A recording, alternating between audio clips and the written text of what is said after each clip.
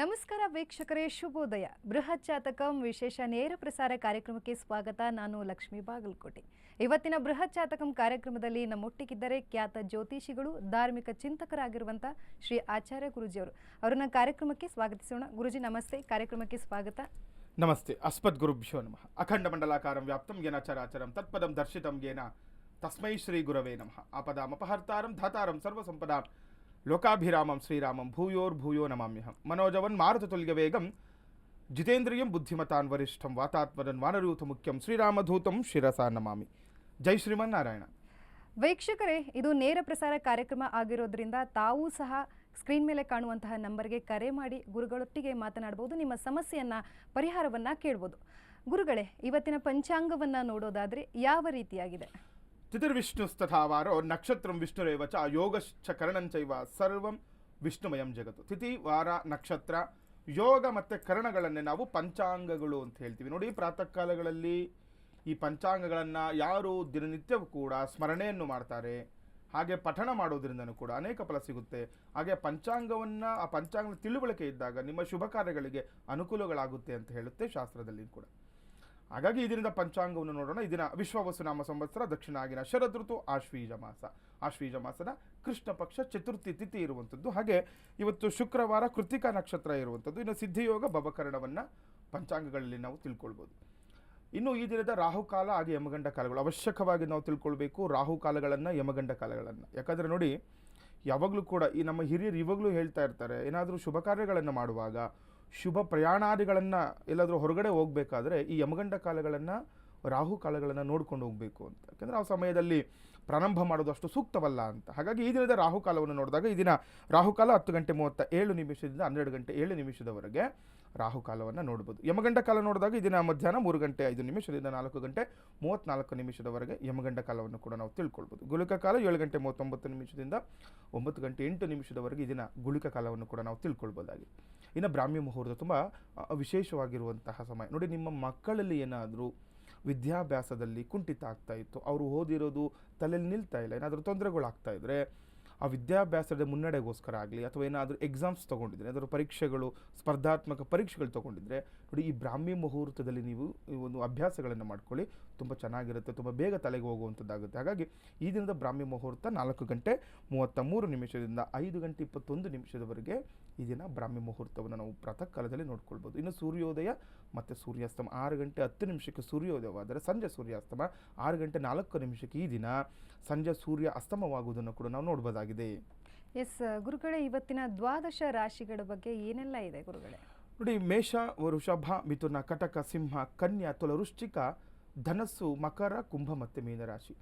ಈ 12 ರಾಶಿಗಳನ್ನೇ ನಾವು ದ್ವಾದಶ ರಾಶಿಗಳು ಅಂತ ಹೇಳುವುದು. ನೋಡಿ, ಯಾಕಂದರೆ ಎಲ್ಲರಿಗೂ ಕೂಡ ರಾಶಿಗಳ ಪರಿಜ್ಞಾನ ಇದೆ. ಕೆಲವರು ನೋಡಿ ಅವರ ಜನ್ಮತಃ, ಕೆಲವರು ಅವರ ಜಾತಕದ ಮುಖಾಂತರವಾಗಿ ಅವರ ಹುಟ್ಟಿದ ಸಮಯ ಅಥವಾ ಹುಟ್ಟಿದ ದಿನಾಂಕಕ್ಕೆ ಅನುಗುಣವಾಗಿರುವಂತಹ ಒಂದು ಜಾತಕದಲ್ಲಿ ನೋಡ್ಕೊಳ್ತಾರೆ ಅವರಿಗೆ ಯಾವ ರಾಶಿ ಬಂದಿದೆ ಅಥವಾ ಯಾವ ನಕ್ಷತ್ರ ಇದೆ ಅಂತ. ಇನ್ನು ಕೆಲವರಿಗೆ ನಾಮ ನಕ್ಷತ್ರ, ನಾಮರಾಶಿ ಅಂತ ಹೇಳ್ತೀವಿ. ಕೆಲವರಿಗೆ ಅವರಿಗೆ ಜನ್ಮ ನಕ್ಷತ್ರ ಗೊತ್ತಿರೋದಿಲ್ಲ, ಹುಟ್ಟಿದ ದಿನಾಂಕ ಆ ಸಮಯದಲ್ಲಿ ಯಾವುದೋ ಒಂದು ಸಮಯ ಯಾವ ಸಮಯ ಗೊತ್ತಿರೋದಿಲ್ಲ.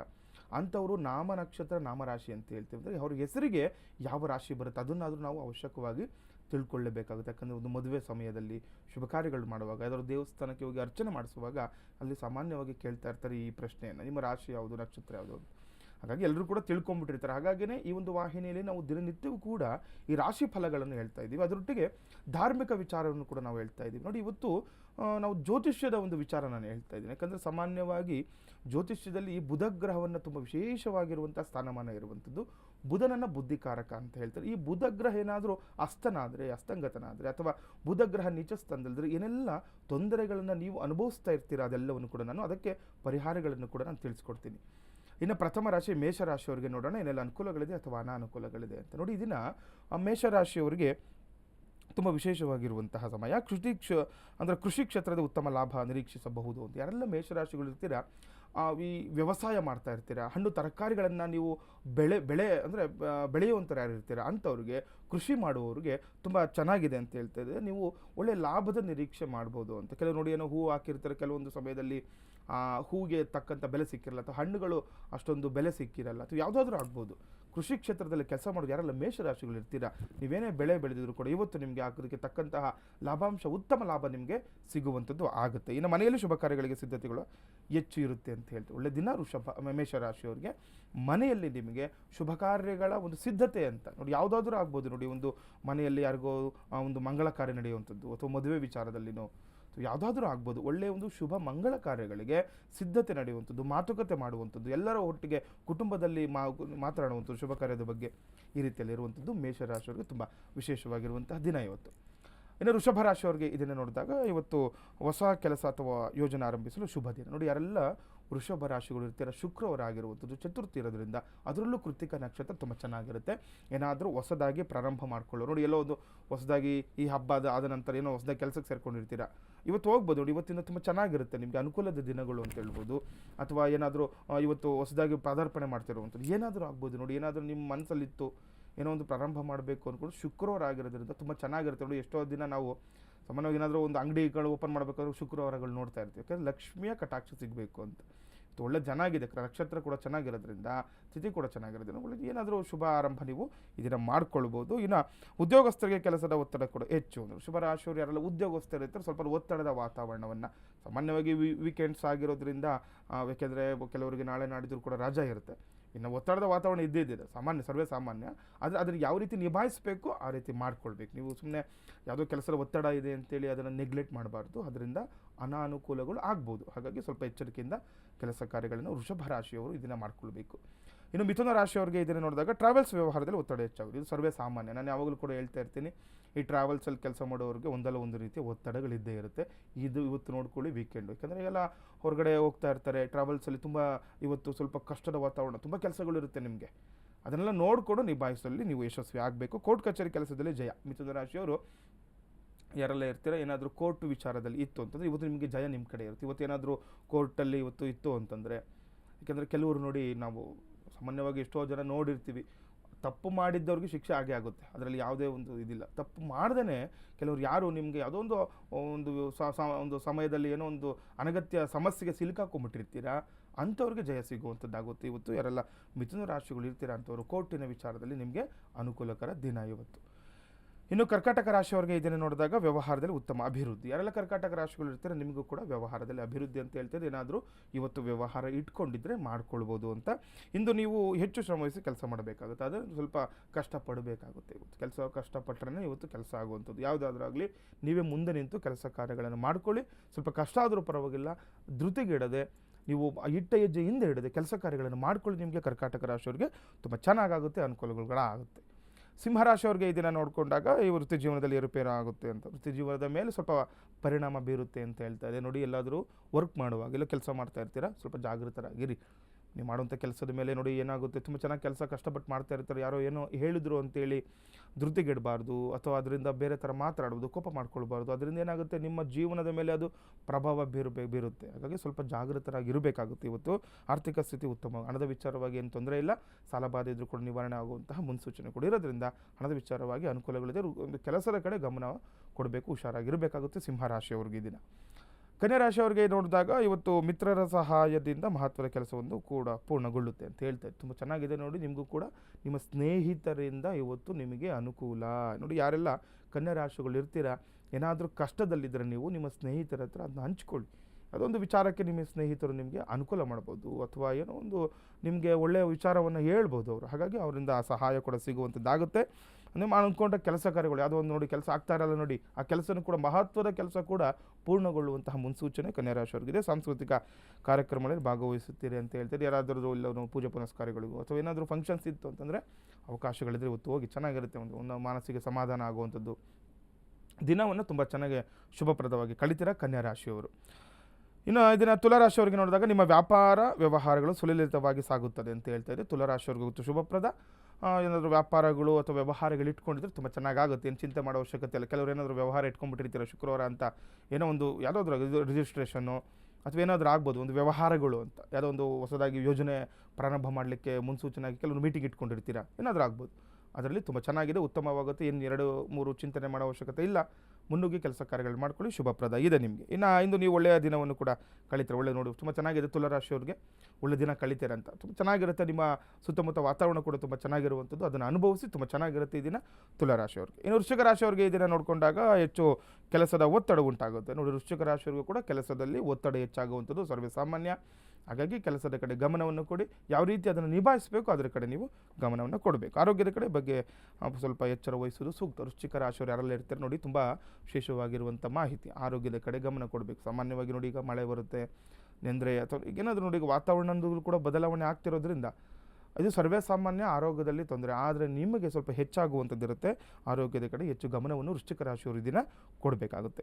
ಇನ್ನು ಧನುರಾಶಿಯವರಿಗೆ ನೋಡಿದಾಗ ಪಿತ್ರಾರ್ಜಿತ ಆಸ್ತಿ ವ್ಯವಹಾರದಲ್ಲಿ ವಿವಾದಗಳು ಹೆಚ್ಚಾಗುತ್ತೆ ಅಂತೆ ನೋಡಿ. ಯಾರೆಲ್ಲ ಧನುರಾಶಿಗಳು ಇರ್ತೀರಾ, ಪಿತ್ರಾರ್ಜಿತ ಆಸ್ತಿ ವಿಚಾರದಲ್ಲಿ ವಿವಾದಗಳು ಅಂತ ಹೇಳ್ತಾ ಇದೆ ನೋಡಿ. ಏನಾದರೂ ಇವತ್ತು ಶುಕ್ರವಾರ ಆಗಿರೋದ್ರಿಂದ ಆಸ್ತಿ ವಿಚಾರದಲ್ಲಿ ಏನಾದರೂ ನೀವು ಇವತ್ತು ವ್ಯವಹಾರ ಇಟ್ಕೊಂಡಿದ್ರೆ ಅದರಿಂದ ವಿವಾದಗಳು ಹೆಚ್ಚಾಗುತ್ತೆ ಅಂತ ಹೇಳ್ತಾ ಇದೆ. ಇವತ್ತು ಬೇಡ ಅಂತ ಬಿಟ್ಬಿಡಿ. ಇವತ್ತು ಯಾರೋ ಕರೆದಿರ್ತಾರೆ ಪಿತ್ರಾರ್ಜ, ಅಣ್ಣ ತಮ್ಮಂದರೆ ಯಾರು ಇನ್ನೇನು ಪಿತ್ರಾರ್ಜಿತ ಆಸ್ತಿ ಹಂಚ್ಕೊಳ್ಳೋದೆಲ್ಲ ಅಣ್ಣ ತಮ್ಮಂದರೆ ಅಕ್ಕ ತಂಗಿಯರೇ, ಏನಾದರೂ ಆ ಥರ ವ್ಯವಹಾರ ಇಟ್ಕೊಂಡಿದ್ರೆ ಇವತ್ತು ಯಾರಿಗೆ ಧನುರಾಶಿಯವ್ರಿಗೆ ಬೇಡ ಅಂತ ಹೇಳಿ. ಸುಮ್ಮನೆ ವಿವಾದಗಳಾಗ್ಬಿಡುತ್ತೆ, ನಿಮ್ಮ ಮಾತು ಕೇಳೋದಿಲ್ಲ, ಏನೋ ತೊಂದರೆಗಳಾಗ್ಬೋದು ಸ್ವಲ್ಪ. ಯಾಕಂದರೆ ತಾಳಿದವನು ಬಾಳೆಯನು ಅಂತಾರೆ. ಆಸ್ತಿ ವಿಚಾರ ಅಂತ ಬಂದಾಗ ಸ್ವಲ್ಪ ಕಷ್ಟದ ವಾತಾವರಣನೇ, ಅದು ಸ್ವಲ್ಪ ಜಾಗೃತರಾಗಿರಬೇಕು ಧನುರಾಶಿಯವರು. ಆರೋಗ್ಯದಲ್ಲಿ ಚೇತರಿಕೆ ಕಾಣುತ್ತೆ, ವ್ಯಾಪಾರಿಗಳಿಗೆ ಉತ್ತಮ ಲಾಭಾಂಶ ಧನುರಾಶಿಯವ್ರಿಗೆ ಇರುವಂಥದ್ದು. ಅದು ಬಿಟ್ಟು ನೋಡಿ, ಆಸ್ತಿ ವಿಚಾರದ ಬಿಟ್ಟು ಇನ್ನೆಲ್ಲ ವಿಚಾರಗಳು ಅನುಕೂಲಗಳು ಇರುವಂಥದ್ದಾಗುತ್ತೆ ಧನುರಾಶಿಯವ್ರಿಗೆ. ಮಕರ ರಾಶಿಯವ್ರಿಗೆ ನೋಡಿದಾಗ ಇವತ್ತು ಮನೋರಂಜನೆಗಾಗಿ ಯೋಚಿಸುವ ಸಮಯ ಇದು ಅಂತ ಹೇಳ್ತಾ ಇದೆ. ಮಕರ ರಾಶಿಯವರು ಕೂಡ ಎಲ್ಲ ಚಿಂತೆಗಳು ಬದಿಗೆ ಒತ್ತಿಬಿಡಿ, ಸ್ವಲ್ಪ ಚೆನ್ನಾಗಿರಬೇಕು, ಖುಷಿಯಾಗಿರಿ. ಇವತ್ತು ಮನೆಯವ್ರ ಜೊತೆಗೆ, ಕುಟುಂಬದವ್ರ ಜೊತೆ ಎಲ್ಲರೂ ಹೊರಗಡೆ ಹೋಗ್ಬೇಕು ಅಂದ್ಕೊಂಡಿದ್ರೆ ಹೋಗ್ಬೋದು, ದೇವಸ್ಥಾನಗಳಿಗೆ ಹೋಗ್ತಿರೋ ಹೋಗಿ, ಅಥವಾ ನೆಮ್ಮದಿಯ ವಾತಾವರಣ ಕಳೀಲಿಕ್ಕೆ ಶುಭಪ್ರದ. ಯಾವುದೋ ತಲೆಯಲ್ಲಿ ಹಾಕ್ಕೊಂಡು ಕೆಲಸದೇ ಆಗಲಿ ಎಲ್ಲ ನೋಡಿ, ಯಾವುದೇ ಕೆಲಸಗಳು ಅದು ಪಾಡಿಗೆ ಅದು ಆಗ್ತಾ ಇರುತ್ತೆ, ಚಿಂತೆ ಮಾಡೋ ಅವಶ್ಯಕತೆ ಇಲ್ಲ. ಸ್ವಲ್ಪ ಆರಾಮಾಗಿರುವಂಥದ್ದು ನೋಡ್ಕೊಳ್ಳಿ. ಹಣ ಹೂಡಿಕೆದಾರರಿಗೆ ಹೆಚ್ಚು ಲಾಭ. ಏನಾರ ಮಕರ ರಾಶಿಯ ಹಣ ಹೂಡಿಕೆ ಅಂತ ಇತ್ತು ಅಂದರೆ ಮಾಡ್ಕೊಳ್ಬೋದು, ನಿಮಗೆ ಲಾಭಾಂಶ ಹೆಚ್ಚಾಗುತ್ತೆ. ಕುಂಭರಾಶಿಯವರಿಗೆ ನೋಡಿದಾಗ ಕಳೆದ ಕೆಲ ಕಾಲಗಳಿಂದ ಬಾಧಿಸುತ್ತಿರುವ ಸಮಸ್ಯೆಗಳು ನಿವಾರಣೆ ಆಗುತ್ತೆ. ಒಳ್ಳೆ ದಿನ ಕುಂಭರಾಶಿಯವರಿಗೆ. ಸಾಮಾನ್ಯವಾಗಿ ನೋಡಿ, 7:30 ಹೋಗ್ತಾ ಇದೆ ನಿಮಗೆ. ತುಂಬ ದಿವಸದಿಂದ ಕಷ್ಟ ಅನುಭವಿಸೇ ಇರ್ತೀರ. ಎಲ್ಲರೂ ಕೂಡ ನಿಮ್ಗೆ ಹೇಳಿರ್ತಾರೆ ಕುಂಭರಾಶಿಯವರು, ಯಾರು ಜ್ಯೋತಿಷ್ಯ ಹತ್ರ ಹೋದರೂ ಅದೇ ಹೇಳ್ತಾರೆ ನಿಮಗೆ, 7:30 ನಡೀತಾ ಇದೆ, ಹುಷಾರಾಗಿರಪ್ಪ. ಆದರೆ ಆ ಸಮಸ್ಯೆಗಳು ನಿವಾರಣೆ ಆಗುವಂತಹ ಮುನ್ಸೂಚನೆ ಕೂಡ ಇದೆ, ಅನುಕೂಲಗಳು ಇದೆ ನಿಮಗೆ. ಉದ್ಯೋಗ ಬದಲಾವಣೆ ಸಾಧ್ಯತೆ ಕೂಡ ಹೆಚ್ಚಾಗಿದೆ. ಈ ಸಮಯದಲ್ಲಿ ಉದ್ಯೋಗದಲ್ಲಿ ಕೂಡ ತೊಂದರೆಗಳನ್ನು ಅನುಭವಿಸಿರ್ತೀರ ಆಲ್ರೆಡಿ ನೀವು. ಇವಾಗಲೂ ಕೂಡ ಕೆಲವರು ಯಾರೂ ಇಲ್ಲ, ನಮಗೇನು ಆಗಿಲ್ಲ ಅಂದ್ಕೊಳ್ಳೋಂಗೆ ಇಲ್ಲ.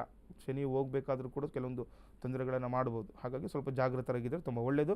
ಉದ್ಯೋಗಕ್ಕೆ ಸಂಬಂಧಪಟ್ಟ ವಿಚಾರದಲ್ಲಿ ತುಂಬ ಜಾಗೃತರಾಗಿರಬೇಕು ಕುಂಭರಾಶಿಯವರು ಈ ದಿನ. ಇನ್ನು ಮೀನರಾಶಿಯವರಿಗೆ ನೋಡಿದಾಗ ದೂರದ ಪ್ರಯಾಣದಲ್ಲಿ ಧನಲಾಭ ಅಂತ ಹೇಳ್ತಾರೆ. ಯಾರೆಲ್ಲ ಮೀನರಾಶಿಗಳು ಇರ್ತಾರೆ, ಏನಾದರೂ ಪ್ರಯಾಣದಲ್ಲಿ ಹೊರಗಡೆ ಹೋಗಬೇಕು, ಇಲ್ಲ ಒಂದು ಕೆಲಸ ಇದೆ, ಯಾರು ಹಣ ಕೊಡ್ತಾರೋ ಅಥವಾ ಅಲ್ಲಿ ಹೋದರೆ ನಿಮಗೆ ಕೆಲಸ ಆಗುತ್ತೆ ಅಂದ್ಕೊಂಡಿದ್ರೆ ಇವತ್ತು ಹೋಗಿ ನೋಡಿ, ನಿಮ್ಗೆ ಅನುಕೂಲ ಇದೆ. ನಾವು ಕೆಲವ್ರಿಗೆ ಸಾಮಾನ್ಯವಾಗಿ ಹೇಳ್ತೀವಿ, ಎಲ್ಲಾದರೂ ಹೊರಗಡೆ ಹೋದ್ರೆ ಇವತ್ತು ಆಗಲ್ಲ, ಸ್ವಲ್ಪ ಹುಷಾರಾಗಿರಿ ಅಂತ ಹೇಳ್ತೀವಿ. ಇವತ್ತು ಏನಿಲ್ಲ ನೋಡಿ, ಮೀನರಾಶಿಯವ್ರಿಗೆ ಅನುಕೂಲ ಇದೆ, ಹಣದ ವಿಚಾರವಾಗಿ ಅನುಕೂಲ ಅಂತ ತೋರಿಸ್ತಾ ಇದೆ, ಪ್ರಯಾಣದಲ್ಲಿ ಧನಲಾಭ ಅಂತ. ಅಪರಿಚಿತ ವ್ಯಕ್ತಿಗಳಿಂದ ವ್ಯವಹಾರ ಸೂಕ್ತವಲ್ಲ. ಆದರೆ ನೋಡಿ, ದೂರ ಹೋಗಿ ಯಾರೋ ಗೊತ್ತಿಲ್ಲದವ್ರ ಹತ್ರ ವ್ಯವಹಾರ ಮಾಡಬೇಡಿ. ಗೊತ್ತಿರೋರ ಹತ್ರ, ನಿಮಗೆ ಪರಿಚಯಸ್ಥರ ಹತ್ರ ವ್ಯವಹಾರ ಮಾಡ್ಕೊಳ್ಳಿ, ನಿಮಗೆ ಧನಲಾಭ ಇದೆ. ಆದರೆ ನೀವು ಸುಮ್ಮನೆ ಯಾರೋ ಗೊತ್ತಿಲ್ಲದವ್ರ ಹತ್ರ ಎಲ್ಲ ಗುರುಜಿಗಳು ಹೇಳ್ಬಿಟ್ರೆ ನಮ್ಮ ಪ್ರಾಣ ಹೋದ್ರೂ ನಮ್ಮ ಕೆಲಸ ಆಗುತ್ತೆ ಅಂತ ಹೋಗಿ ನೀವು ಅಪರಿಚಿತರ ಜೊತೆ ಏನಾದರೂ ಕೆಲಸ ಕಾರ್ಯ ಮಾಡಿಕೊಂಡ್ರೆ ಅದರಿಂದ ಸ್ವಲ್ಪ ನಷ್ಟ ಆಗ್ಬೋದು. ಸ್ವಲ್ಪ ಜಾಗೃತರಾಗಿರಬೇಕು ಮೀನರಾಶಿಯವರು. ಹಾಗಾಗಿ ಈ ದಿನ ತುಂಬ ವಿಶೇಷವಾಗಿರುವಂಥದ್ದು. ಎಚ್ಚರಿಕೆಯಿಂದ ಜೀವನವನ್ನು ಈ ದಿನ ಮೀನರಾಶಿಯವರು ಕಳಿಬೇಕಾಗುತ್ತೆ. ಎಸ್ ಗುರುಗಳೀಗಾಗಲೇ ಸಾಕಷ್ಟು ವಿಚಾರಗಳನ್ನು ತಿಳಿಸ್ಕೊಟ್ಟಿದ್ದೀರಾ. ಈಗ ಧಾರ್ಮಿಕ ವಿಚಾರದಲ್ಲಿ ಯಾವ ವಿಷಯದ ಬಗ್ಗೆ ನಮ್ಮ ವೀಕ್ಷಕರಿಗೆ ತಿಳಿಸ್ತಾ ಇದ್ದೀರಾ? ನೋಡಿ, ನಾವು ನಿತ್ಯವೂ ಕೂಡ ಒಂದೊಂದು ಪೂಜೆಯ ವಿಚಾರವಾಗಿ ಆಗಲಿ ಅಥವಾ ಜ್ಯೋತಿಷ್ಯ ವಿಚಾರ ಅಥವಾ ವಾಸ್ತು ವಿಚಾರಗಳ ಬಗ್ಗೆ ಮಾತಾಡ್ತಿದ್ವಿ. ಇವತ್ತು ತುಂಬ ಇಂಪಾರ್ಟೆಂಟ್ ವಿಚಾರ. ಯಾಕಂದರೆ ಈಗ ಜ್ಯೋತಿಷ್ಯದಲ್ಲಿ ಬುಧನ ಯೋಗ ಯಾವ ರೀತಿ ಇರುತ್ತೆ ಅಂತ ನೋಡಿ. ನಾವು ಸಾಮಾನ್ಯವಾಗಿ ಒಬ್ಬರಿಗೆ ಒಂದು ಜಾತಕವನ್ನು ಪರಿಶೀಲನೆ ಮಾಡುವಾಗ ಅವರ ಯೋಗಗಳ ಬಗ್ಗೆನೂ ಕೂಡ ನೋಡ್ತೀವಿ. ಸುಮ್ಮನೆ ಅವರು ಏನೋ ಎಲ್ಲರೂ ಕೂಡ ಹೇಳ್ಬೋದು, ಅವ್ರ ನಕ್ಷತ್ರ ಹೇಳೋದು, ರಾಶಿ ಹೇಳೋದು, ಅಥವಾ ನಿಮ್ಮ ಗ್ರಹ ಸ್ಥಿತಿ ಈ ರೀತಿ ಇದೆ, ಅದೆಲ್ಲ ಒಂದು ಕಡೆ ಆತಂದರೆ ಈ ಯೋಗಗಳ ಒಂದು ಪರಿಜ್ಞಾನ ಕೂಡ ಇರಬೇಕು ಅಂತ. ಈಗ ಸಾಮಾನ್ಯ ನೋಡಿ ಎಲ್ಲರೂ ಕೂಡ ಕೇಳಿರ್ತಾರೆ, ಈ ಗಜಕೇಶ್ವರಿ ಯೋಗ ಅಂತ ಹೇಳ್ತಾರೆ, ಅಥವಾ ಕೆಲವೊಂದು ಯೋಗಗಳಿದೆ. ಆ ಯೋಗಗಳು ಯಾವಾಗ ಬರುತ್ತೆ ಅವನ ಜಾತಕದಲ್ಲಿ, ಆ ಯೋಗದ ಒಂದು ಯಾವಾಗ ಅವನು ಅದನ್ನು ಅನುಭವಿಸ್ಬೇಕಾಗುತ್ತೆ, ಅದರಿಂದ ಏನೆಲ್ಲ ಅನುಕೂಲಗಳು ಬರುತ್ತೆ, ಅದನ್ನು ಯಾವ ರೀತಿ ಅವ್ರನ್ನ ತೊಗೊಳ್ಬೇಕಾಗುತ್ತೆ, ಅದನ್ನೆಲ್ಲವನ್ನು ಕೂಡ ನಾವು ಅವಶ್ಯಕವಾಗಿ ತಿಳ್ಕೊಳ್ಳೇಬೇಕಾಗುತ್ತೆ. ನೋಡಿ, ಬುಧಾದಿತ್ಯ ಯೋಗ ಕೂಡ ನಾವು ಹೇಳ್ತೀವಿ. ಯಾರ ಜಾತಕದಲ್ಲಿ ಬುಧಾದಿತ್ಯ ಯೋಗ ಇರುತ್ತೆ ಅವ್ರು ತುಂಬ ಚೆನ್ನಾಗಿರುತ್ತೆ. ಅವ್ರಿಗೆ ರಾಜಕೀಯ ವಿಚಾರದಲ್ಲಿ ಆಗಲಿ ಅಥವಾ ಗೌರ್ಮೆಂಟ್ ಕೆಲಸದ ವಿಚಾರವಾಗಿ, ಆದರೆ ಅದು ಯಾವಾಗ ಪ್ರಾರಂಭ ಆಗುತ್ತೆ ಆ ಟೈಮಲ್ಲಿ ಈಗ ನೋಡಿ, ಈಗ ಯೋಗ ಇದ್ದರೂ ಕೂಡ ಅದನ್ನು ಅನುಭವಿಸ್ಲಿಕ್ಕೆ ಆಗ್ತಾ ಇರಲಿಲ್ಲ ಕೆಲವರಿಗೆ. ಆ ಸಮಯದಲ್ಲಿ ಏನು ಪರಿಹಾರ ಮಾಡ್ಕೊಳ್ಬೇಕು. ಹಾಗಾಗಿಯೇ ಎಲ್ಲರೂ ಕೂಡ ನಿಮ್ಮ ಜಾತಕವನ್ನು ಒಂದ್ಸರಿ ಪರಿಶೀಲನೆ ಮಾಡ್ಕೊಳ್ಳುವಂಥದ್ದು ತುಂಬ ಇಂಪಾರ್ಟೆಂಟು ಜೀವನದಲ್ಲಿ. ನೋಡಿ, ಯಾರ ಜೀವನದಲ್ಲಿ ಬುಧ ಗ್ರಹ ಏನಾದರೂ ಅಸ್ತಂಗತನಾಗಿದ್ದರೆ, ಸಾಮಾನ್ಯವಾಗಿ ಬುಧ ಅಸ್ತ ಅಂತ ಹೇಳ್ತೀವಿ. ಈಗ ನಾವು ಪಂಚಾಂಗದಲ್ಲಿ ನೋಡುವಾಗ ಕೆಲವೊಂದು ಈಗ ಒಂದು ಗುರುಗ್ರಹ ಆಗಲಿ ಅಥವಾ ಶುಕ್ರ ಅಸ್ತನಾಗಿದ್ದಾಗ ನೋಡಿ, ಈಗ ಯಾವುದೇ ಆಗಲಿ ಈ ಗುರು ಅಥವಾ ಶುಕ್ರ ಅಸ್ತನಾಗಿದ್ದರೆ ಯಾವುದೇ ಶುಭ ಕಾರ್ಯಗಳನ್ನು ಮಾಡ್ಕೊಳ್ಬಾರ್ದು ಅಂತ ಹೇಳ್ತಾರೆ. ಗುರು ಏನಾದರೂ ಅಸ್ತನಾಗಿದ್ದ ಅಂತಂದರೆ ಗುರುಬಲ ಇಲ್ಲ ಅಂತ ನೋಡಿ. ಈಗ ಏನಾದರೂ ಮದುವೆ ಆಗಬೇಕು ಅಂದರೆ ನಿಮಗೆ ಗುರುಬಲ ಇಲ್ಲ ಅಂತಾರೆ. ಈಗ ಅಂದರೆ ಇದೆಲ್ಲ ಈಗ ಸಾಮಾನ್ಯವಾಗಿ ಮಾತಾಡುವಂಥ ವಿಚಾರ. ಕೆಲವೊಂದು ಜ್ಯೋತಿಷ್ಯ ಸೂಕ್ಷ್ಮ ವಿಚಾರ ಎಲ್ಲರೂ ಕೂಡ ತಿಳ್ಕೊಳ್ಲಿಕ್ಕಾಗಲ್ಲ, ಆದರೆ ಕೆಲವೊಂದು ಅದು ತಿಳ್ಕೊಂಡ್ಬಿಟ್ಟಿರ್ತಾರೆ. ಯಾಕೆಂದರೆ ನಮ್ಮ ಹಿಂದಿನಿಂದನೂ ಕೂಡ ಇದನ್ನು ನಾವು ಪಾಲನೆ ಮಾಡ್ಕೊಂಡು ಬರ್ತಾ ಇದ್ದೀವಿ. ನಮ್ಮ ಹಿರಿಯರು ಮನೇಲಿ ಹೇಳ್ತಾ ಇರ್ತಾರೆ, ನಿಮಗೆ ಶನಿ ಎಗಲೇರ್ಬಿಡ್ತಾನಪ್ಪ, ಹುಷಾರು, ಶನಿ 7.5 ಇರುತ್ತೆ ಅಂತ ಹೇಳ್ತಾರೆ, ಅಥವಾ ಏನಾದರೂ ಹೇಳ್ತಾ ಇರುವಂಥದ್ದು. ಇದೆಲ್ಲ ಸಾಮಾನ್ಯವಾಗಿ ನಾವು ಅದನ್ನು ಅನುಸರಿಸ್ಕೊಂಡು ಬರ್ತಾನೆ ಇದ್ವಿ. ಆದರೆ ಇದು ಸೂಕ್ಷ್ಮವಾಗಿರುವಂಥ ವಿಚಾರ ಏನು ಅಂತಂದರೆ, ಬುಧ ಗ್ರಹ ಏನಾದರೂ ಅಸ್ತನಾಗ್ಬಿಟ್ಟಿದ್ರೆ ನಿಮ್ಮ ಜಾತಕದಲ್ಲಿ, ಯಾಕಂದರೆ ಆ ದಿನ ಏನಾದರೂ ಬುಧ ಏನಾದರೂ ನೀಚ ಸ್ಥಾನದಲ್ಲಿದ್ದು ಅಸ್ತನಾಗಿದ್ದು ನಿಮ್ಮ ಗ್ರಹಚಾರ ಫಲದಲ್ಲಿ ಏನಾದರೂ ಬುಧ ಗ್ರಹ ನೀಚ ಸ್ಥಾನದಲ್ಲಿದ್ದು ಶತ್ರು ಗ್ರಹಗಳ ದೃಷ್ಟಿ ಇತ್ತು ಅಂತಂದರೆ ಬುಧನಿಗೆ ನೀವು ತುಂಬ ತೊಂದರೆಗಳನ್ನ ಅನುಭವಿಸ್ತೀರಾ ಅಂತ. ಏನು ಬುದ್ಧಿಕಾರಕ ಅಂತ ಹೇಳ್ತೀವಿ. ಬುಧನಿಂದ ಏನು ಸಮಸ್ಯೆಗಳು ತಿಳ್ಕೊಳ್ಬೇಕು. ಒಂದು, ಈ ಚರ್ಮ ರೋಗ ಬರುವಂಥದ್ದಾಗುತ್ತೆ. ಯಾರಿಗೆ ಚರ್ಮದ ಸೋಂಕಿರುತ್ತೆ ಅಥವಾ ಚರ್ಮ ರೋಗ ಇರುತ್ತೆ, ಬುಧ ಗ್ರಹ ಜಾತಕದಲ್ಲಿ ನೀಚದಲ್ಲಿ ಅಥವಾ ಅಸ್ತನಾಗಿದ್ದಾರೆ ಅಂತ ತಿಳ್ಕೊಳ್ಬೇಕು. ಇನ್ನು ಮಾತನಾಡುವಾಗ, ಯಾಕಂದರೆ ಬುದ್ಧಿ ನೋಡಿ, ನಮಗೆ ಬುದ್ಧಿ ಚೆನ್ನಾಗಿತ್ತು ಅಂದರೆ ಮಾತು ಚೆನ್ನಾಗಿ ಬರುತ್ತೆ. ಮಾತನಾಡುವಾಗ ಎಷ್ಟೋ ಜನ ನೋಡಿ ತೊಂದರೆಗೆ ಸಿಲುಕಾಕೊಂಡ್ಬಿಡ್ತಾರೆ. ಸುಮ್ಮನೆ ಏನೋ ಮಾತಾಡಿ, ಈಗ ಒಂದು ಸಭೆ ಏನೋ ನಡೀತಾ ಇರುತ್ತೆ, ಏನೋ ಅಲ್ಲಿ ಏನೋ ಡಿಸ್ಕಷನ್ ಆಗ್ತಾ ಇರುತ್ತೆ, ಇವರೇನೋ ಮಾತಾಡಿ ಸಿಗಾಕೊಂಡ್ಬಿಡೋದಾಗುತ್ತೆ. ಅಥವಾ ಇವ್ರ ಮಾತಿನಿಂದಲೇ ಎಷ್ಟೋ ತೊಂದರೆಗಳು ಅಥವಾ ಎಷ್ಟೋ ಕಳ್ಕೊಳ್ಳೋದೆಲ್ಲ ಮಾಡ್ಕೊಂಡ್ಬಿಟ್ಟಿರ್ತಾರೆ. ನಾವು ಎಷ್ಟೋ ಜನ ನೋಡಿರ್ತೀವಿ. ಸುಮ್ಮನೆ ಏನೋ ಈಗ ಮಾತು ಕೊಟ್ಬಿಡ್ತಾರೆ, ಏನು ಮುಂದಿನ ಒಂದು ವಿಚಾರಗಳು ಗೊತ್ತಿಲ್ಲದಲೇ ಎಷ್ಟೋ ಜನಕ್ಕೆ ಮಾತು ಕೊಟ್ಬಿಟ್ಟಿರ್ತಾರೆ. ಈಗ ನೋಡಿ, ಮದುವೆ ವಿಚಾರನೇ, ನಾನು ಈ ಥರ ಹೆಣ್ಣು ಗಂಡು ಕೊಡುವಂಥದ್ದು ಆ ಥರ ಆಗ್ಬೋದು. ಅಥವಾ ಏನೋ ಹಣದ ವಿಚಾರವಾಗಿ, ಯಾಕಂದರೆ ಆಯಿತು ನಾನು ಕೊಡ್ತೀನಿ ಅಂತ ಈಗ ಮಧ್ಯವರ್ತಿ ಸ್ಥಾನದಲ್ಲೆಲ್ಲ ಇರ್ತಾರೆ ನೋಡಿ. ಆ ರೀತಿ ಏನಾದರೂ ಮಾತಿನ ಮುಖಾಂತರವಾಗಿ ಕೆಲವೊಂದು ಸಮಸ್ಯೆಗಳನ್ನು ತಂದುಕೊಳ್ಳುವಂಥದ್ದು. ಇನ್ನು ಬುಧ ಗ್ರಹ ಏನಾದರೂ ಜಾತಕದಲ್ಲಿ ಅಸ್ತಂಗತನಾಗ್ಬಿಟ್ರೆ ಈ ಚಿಕ್ಕಮ್ಮನ ಜೊತೆ ಅಷ್ಟೊಂದು ಬಾಂಧವ್ಯ ಇರಲ್ಲ ಅಂತ ಹೇಳುತ್ತೆ ನೋಡಿ. ಇದೆಲ್ಲ ಅವಶ್ಯಕವಾಗಿ ನೀವು ತಿಳ್ಕೊಳ್ಬೇಕು. ನಿಮ್ಮ ಚಿಕ್ಕಮ್ಮನ ಜೊತೆ ಏನಾಗ್ಬಿಡುತ್ತೆ, ಸಂಬಂಧ ಕೆಟ್ಟೋಗ್ಬಿಡುತ್ತೆ. ಬುಧ ಏನಾದರೂ ಅಸ್ತಂಗತನಾಗುತ್ತೆ, ಅದ್ರ ಜೊತೆ ನಿಮ್ಮ ಅಕ್ಕ ತಂಗಿಯರ ಜೊತೆನೂ ಕೂಡ ನೋಡಿ. ಯಾರು ಅಕ್ಕ ತಂಗಿಯರಿಂದ ದೂರ ಇರ್ತಾರೆ ನೋಡಿ, ಯಾರು ಕೂಡ ಪಡೋದಿಲ್ಲ ಅಕ್ಕ ತಂಗಿ ಒಡ ಹುಟ್ಟಿದವ್ರ ಜೊತೆ ದೂರ ಇರಬೇಕು ಅಂತ. ಈ ಬುಧ ಏನಾದರೂ ಅವರ ಜಾತಕದಲ್ಲಿ ಅಸ್ತಂಗತನಾಗಿದ್ದ ಅಂತಂದರೆ ಈ ರೀತಿಯ ಸಮಸ್ಯೆಗಳು. ಯಾಕಂದರೆ ನೋಡಿ, ಎಷ್ಟೋ ಜನ ನಾವು ನೋಡ್ತೀವಿ, ಈಗ ಒಡ ಹುಟ್ಟಿದವರು ಅಂತಂದರೆ ಎಷ್ಟು ಅನ್ಯೋನ್ಯತವಾಗಿರ್ತಾರೆ. ಆದರೆ ಇವ್ರಿಗೆ ಏನಾಗ್ಬಿಡುತ್ತೆ, ಅವರ ಜೊತೆ ಅವರು ಸಂಬಂಧನೇ ಚೆನ್ನಾಗಿರಲ್ಲ. ಸುಮ್ಮನೆ ಏನೋ ಯಾವಾಗೋ ಮಾತಾಡ್ಸೋದು, ಅಥವಾ ಈಗ ಮದುವೆ ಆಗಿ ಮಾಡಿಕೊಟ್ರು ಅಂದರೆ ಅವ್ರು ಹೋಗೋದೇ ಇಲ್ಲ. ಕೆಲವರು ನೋಡಿ ಎಷ್ಟು ಚೆನ್ನಾಗಿ ಮದುವೆ ಮಾಡಿಕೊಟ್ಟಿದ್ರು ಕೂಡ ಎಷ್ಟು ಬಾಂಧವ್ಯ ಚೆನ್ನಾಗಿರುತ್ತೆ, ಆದರೆ ಕೆಲವರಲ್ಲಿ ಅದು ಇರೋದಿಲ್ಲ.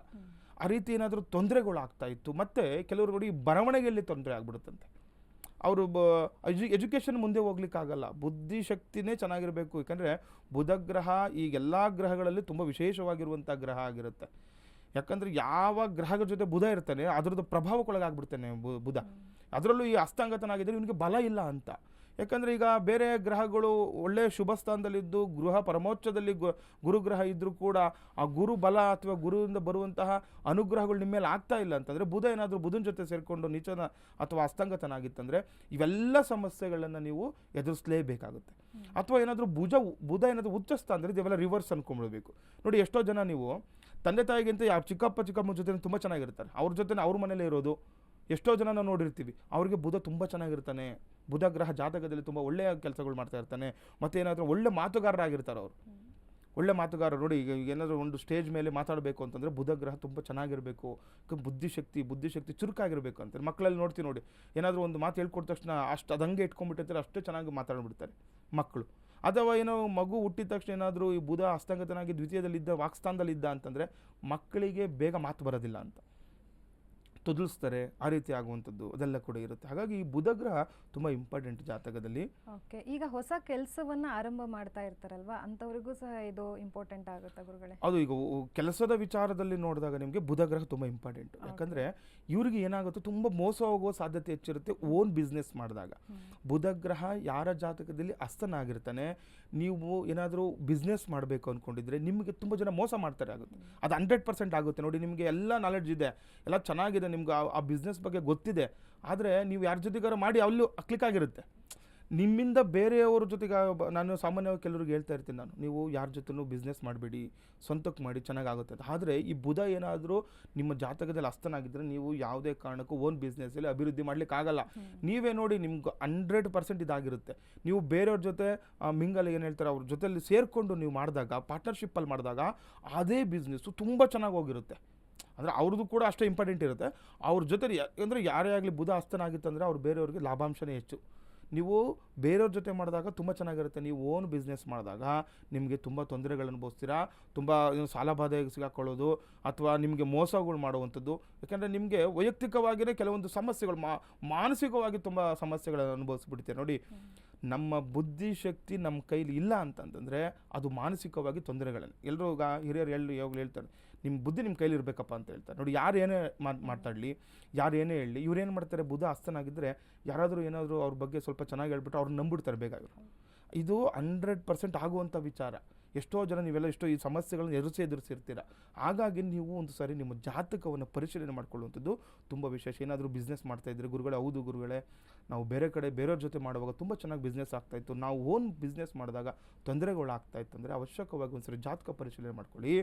ಅದರಲ್ಲಿ ಏನಾದರೂ ಬುಧ ಅಸ್ತಂಗತನಾಗಿತ್ತು ಅಂತಂದರೆ, ಯಾಕೆಂದರೆ ನಾವು ಒಂದೇ ದೃಷ್ಟಿಯಿಂದ ನೋಡುವಂಥದ್ದಲ್ಲ, ಆದರೆ ಇದು ಕೂಡ ತುಂಬ ಪ್ರಾಮುಖ್ಯತೆ ಆಗಿರುತ್ತೆ. ಏನಾದರೂ ಅಸ್ತಂಗತ ಆಗಿದೆ, ಬುಧನಿಗೆ ಸಂಬಂಧಪಟ್ಟಂತಹ ನೀವು ಪೂಜೆ ಹೋಮ ಅಥವಾ ಬುಧನಿಗೆ ಯಾವುದು ಅಧಿದೇವತೆಗಳಿದೆ ಅದಕ್ಕೆ ಸಂಬಂಧಪಟ್ಟಂಥದ್ದು, ಅದಕ್ಕೆ ಏನು ಪರಿಹಾರಗಳು ಬೇಕು ಅದನ್ನು ನೀವು ಅವಶ್ಯಕವಾಗಿ ಮಾಡ್ಕೊಳ್ಬೇಕು. ಇನ್ನು ಬುಧನಿಗೆ ಸರಳ ಪರಿಹಾರ ಅಂತ ನೋಡಿದಾಗ, ಈಗ ಗುರುಗಳೇ ಹೌದು ತುಂಬ ಕಷ್ಟ ಆಗ್ತಾ ಇದೆ, ಮಾನಸಿಕವಾಗಿ ತೊಂದರೆ, ಯಾವುದೋ ವ್ಯಾಪಾರಕ್ಕೆ ಹೋಗ್ಲಿಕ್ಕೆ ಆಗ್ತಾ ಇಲ್ಲ, ಓನ್ ಬಿಸ್ನೆಸ್ ಮಾಡ್ತಾಯಿದ್ದೀವಿ, ಏನೋ ಒಂದು ಅಂಗಡಿ ಇಟ್ಕೊಂಡಿರ್ತೀರ, ನಾವು ಬೆಳಗ್ಗೆ ಎದ್ರೆ ಅದು ಅಂಗಡಿ ಓಪನ್ ಮಾಡಲಿಕ್ಕೆ ಆಗ್ತಾ ಇಲ್ಲ, ತುಂಬ ಚೆನ್ನಾಗಿ ಆಗ್ತಾಯಿತ್ತು, ಹಿಂದೆ ಕಷ್ಟ ಆಗ್ತಾಯಿದೆ. ಯಾಕೆಂದರೆ ಇನ್ನೊಂದು ಬುಧ ದಶೆನೂ ಕೂಡ ತುಂಬ ಇಂಪಾರ್ಟೆಂಟು. ನಿಮ್ಮ ಜಾತಕದಲ್ಲಿ ಯಾವಾಗ ಬುಧ ದಶೆ ಪ್ರಾರಂಭ ಆಗ್ತಿದೆ ಆ ಸಮಯದಲ್ಲಿ ತುಂಬ ಕಷ್ಟ ಆಗಿಬಿಡುತ್ತೆ. ಅದರಲ್ಲೂ ಬುಧ ದಶೆಯಲ್ಲಿ ಬುಧಭುಕ್ತಿ ಬಂತು ಅಂತಂದರೆ ಇನ್ನೂ ತೊಂದರೆ. ಆ ರೀತಿ ಇದ್ದಾಗ ನೀವೇನು ಮಾಡಬೇಕು, ಕೆಲವೊಂದು ಸರಳ ಪರಿಹಾರಗಳು. ನೋಡಿ ಏನಾಗುತ್ತೆ, ಕೆಲವೊಂದು ಮಂತ್ರದಿಂದ, ಕೆಲವೊಂದು ತಂತ್ರದಿಂದ. ನೋಡಿ, ಎಷ್ಟೋ ಜನ ಮನೆಯಲ್ಲಿ ನಾವು ಒಳಗಡೆ ಹೋಗುವಾಗ ಯಂತ್ರಗಳು ಕಟ್ಟಿರ್ತಾರೆ.